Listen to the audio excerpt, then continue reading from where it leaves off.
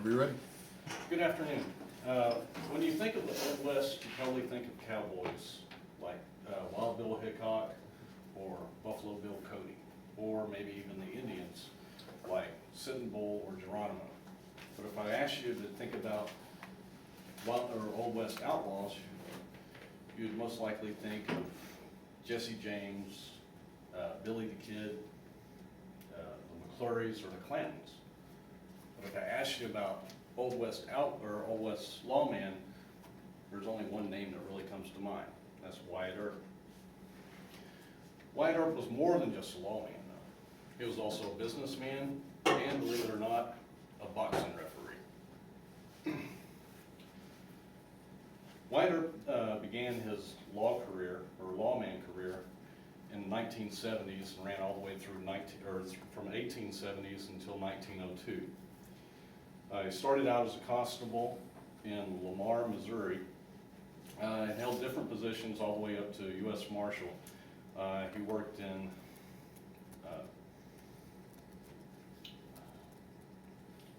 Ellsworth, Wichita, and Dodge City, Kansas, Pima County, Colorado, or Pima County, Arizona Territory, and in Tombstone, Arizona, where he got most of his notoriety from his time with the OK Corral for the shootout with McClurys and the Clantons. He finished up his career as a lawman as a U.S. Marshal in Tonopah, Nevada, and that was in 1902. Throughout probably the end of his lawman career is whenever he started getting involved in the businesses. That started about 1880 and ran through through 1929.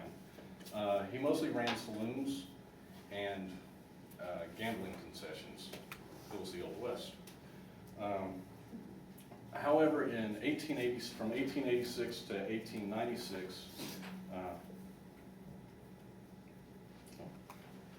all the information about the lawmen were from a magazine called Wild West, from an April 2008 issue that was written by Eric Weeder and John Rose, entitled Lawman Earp and Businessman Earp. But in 1886 to 1896, he started managing racehorses when he was in San Francisco. For him, his wife, or as Josephine, his wife, basically said that horses were his first love, always had been his first love, which you wouldn't think considering his career. In 1903 to 1929, he was in Los Angeles, and he got away from the saloons and the gambling casinos for concessions, and he operated a copper mine and started doing some consultant work for what was just beginning as the motion picture industry. And that's where he lived out his time there. But his time as a referee, which I found interesting, is something I didn't know about him. He had very little fighting experience through all of his career, or all through his life. He had fought a little bit as a teenager, and in some of the railroad camps and buffalo camps, he had refereed a few fights. But on December 2nd of 1896, he was asked to referee a fight which basically became the equivalent of a championship fight. It was between Bob Fitzsimmons and Tom Sharkey. Now, Fitzsimmons had pretty much won the fight. I mean, it had gone 8 rounds, and Fitzsimmons had basically won all 8 rounds. And this was out of Leo Banks' article, Wyatt Earp's Most Controversial Decision, that was also in Wild West magazine in August of 2010. But Fitzsimmons had knocked Sharkey to the mat.